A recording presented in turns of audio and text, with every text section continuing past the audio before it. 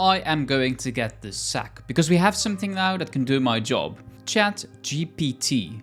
Now, if you don't know what ChatGPT is, it's kind of this artificial intelligence chat system. I took on the challenge and I asked ChatGPT to do my students' homework because we're going to write a literary essay on the book of which my students need to write their literary essay. So let's see whether ChatGPT can write a good essay, and will I be able to see whether something is written by ChatGPT. So here is ChatGPT. This is the chat.openai.com interface, and I'm going to ask it to write a literary essay on the importance of flowers for Algernon, because that is rather tricky. That's something difficult to figure out. So let's see, and let's ask the question. Write a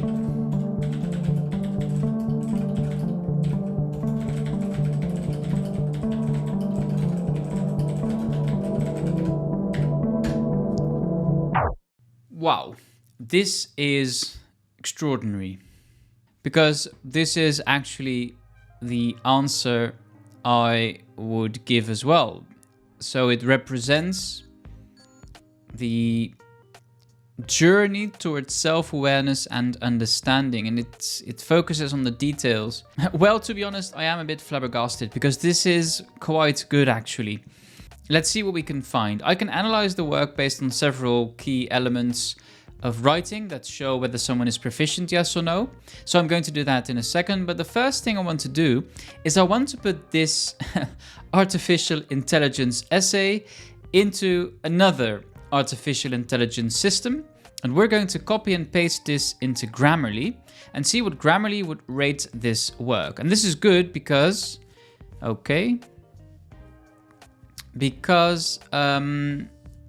we have some metrics we can work with. So it says overall scores 86. Well, it doesn't have many unique vocabulary. Readability score is 51. We have word length is 4.8. Sentence length 23.4.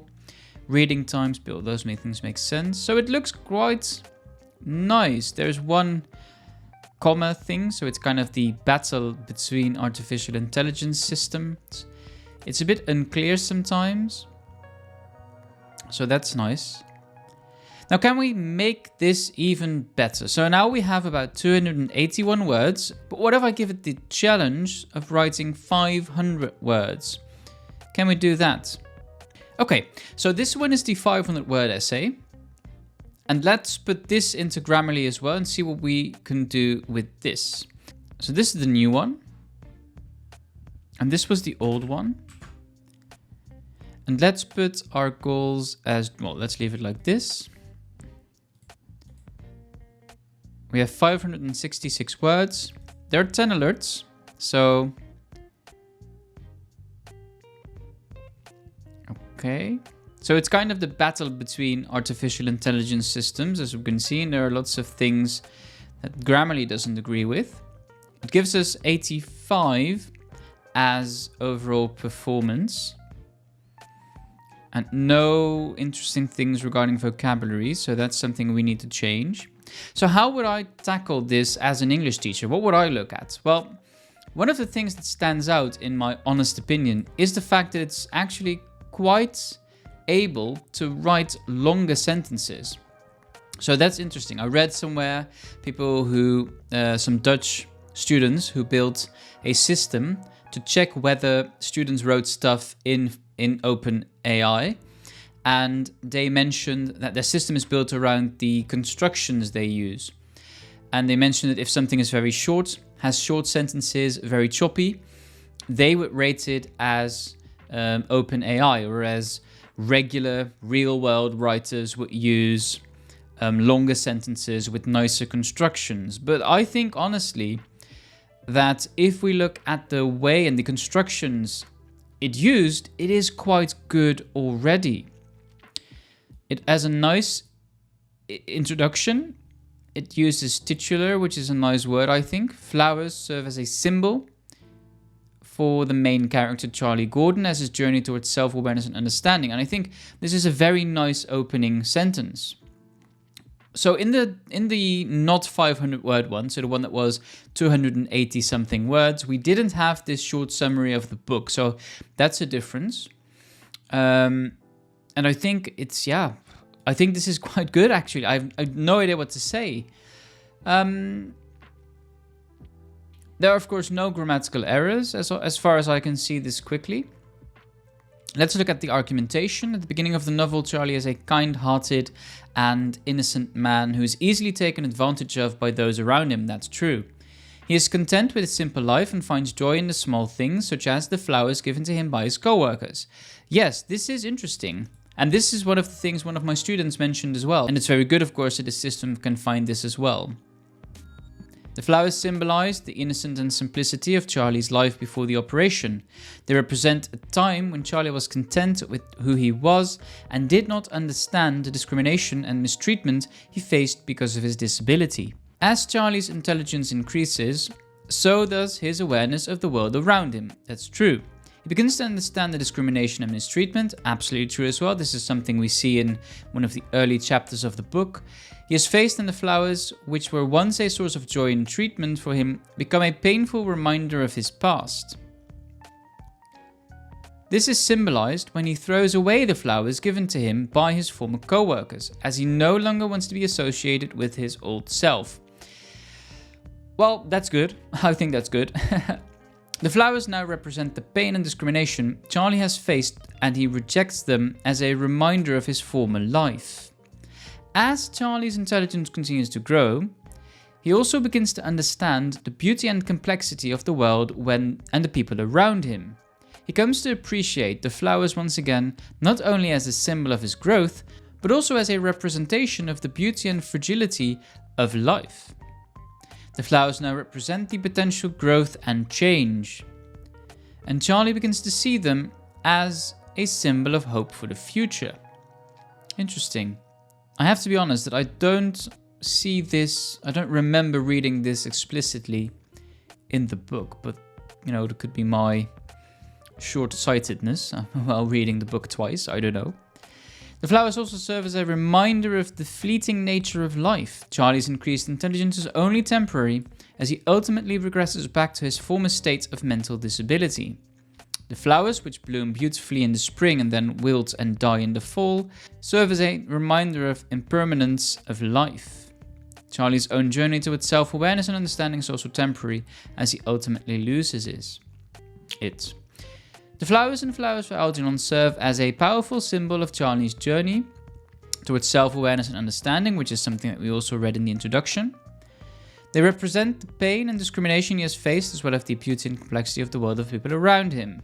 Ultimately, nice linking word, the flowers serve as a reminder that, despite our limitations and struggles, there is always the potential for growth and change.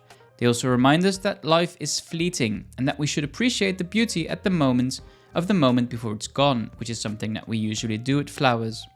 In conclusion, the flowers for Algernon serve as a reminder of the fragility and fleeting of nature of life and the importance of self-awareness and understanding.